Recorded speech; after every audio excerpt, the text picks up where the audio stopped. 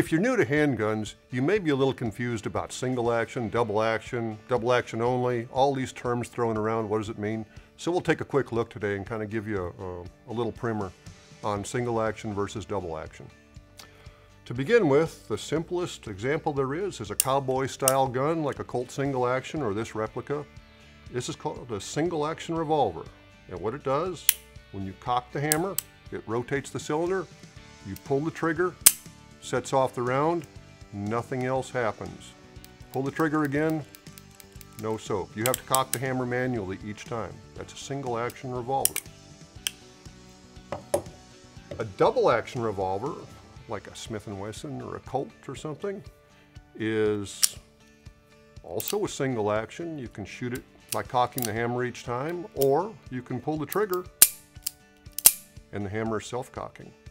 That's a double action, and a lot of times you'll see these referred to as single action / double action revolvers. Even Smith & Wesson denotes them that way sometimes. Pretty cool system. Been around for a long time, over 100 years, and it seems to be working out.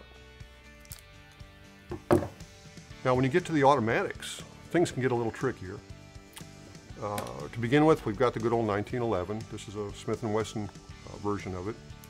And what this is, we're all clear here. This is a single action automatic. When you pull the trigger, it'll fire. Nothing else happens. But when the slide cycles, you get another pull. The hammer's fully cocked before you pull the trigger. The trigger does no work other than to activate the sear and release the hammer. That's what constitutes a single action. Now, the Walther P38 got a lot of people interested in double action pistols, and the SIG is one of the best examples of this. And what the SIG does is it acts like a single action pistol, just like a 1911. You can shoot it that way, same thing, but you can also, with the hammer at rest, you can pull the trigger and the hammer cocks, and you can fire it double action.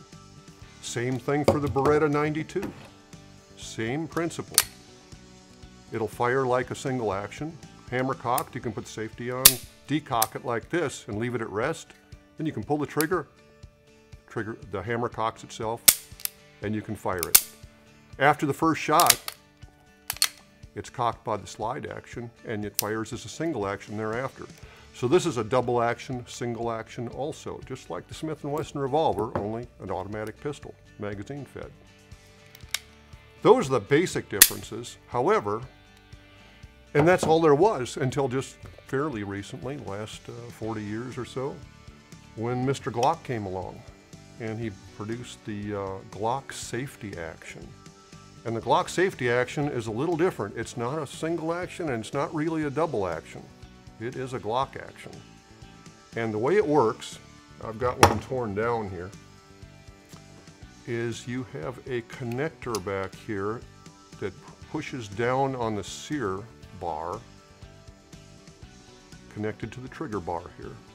And what this does is when the slide cycles, it catches the firing pin, but it's only about half cocked. So when you pull the trigger, you are, let me see if I can get that right there. You are cocking it the rest of the way, and then it gets cammed down and releases the striker. It's kind of hard to follow unless you look at one of the Glock simulations on the web or something, where you've got a see-through Glock. Then you can see how it actually works. But the trigger is doing half the work. It's cocking it. So it's sort of a double action, but it's got a sort of a single action type release too. So the Glock is its own action. It's the Glock Safety Action, and it's a different category. So for me, the world consists of 3 different basic actions: single action, double action, Glock action. Now when you get on the internet, you see a lot of confusing information about other actions. Smith & Wesson MP. I've heard this described as a double action only. I've heard it described as a single action. I've heard it described different ways. Take a look at how this thing works. So on this gun, pulling the trigger just activates a sear, which releases a fully cocked striker. To me, that makes it a single action. That's all you can define it as. Striker's fully cocked, the trigger does no extra work. It is a longer pull than normal, like a double action almost, but it's not a double action in theory. It releases a fully cocked striker. If you take a look at a SIG 320,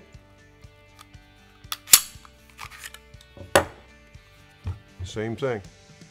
You've got an activated sear back here, releasing a fully cocked striker. So you can call them a double action only if you want. They're striker fired guns. They don't really fit neatly in any category. To me, a double action only is like a hammer gun, like some of the Smith & Wesson series where the hammer would follow each shot. Beretta made some of those. They were all the rage for a while for law enforcement. So I'm happy with putting striker fired in their own category. You got the Glocks, then you got all others. Ruger SR9 works just like a Glock. It has a connector. But that's it. That's single action, double action, Glock action, and maybe a little extra. Hope you enjoyed it. Leave us a comment if you got any thoughts. Thanks for watching.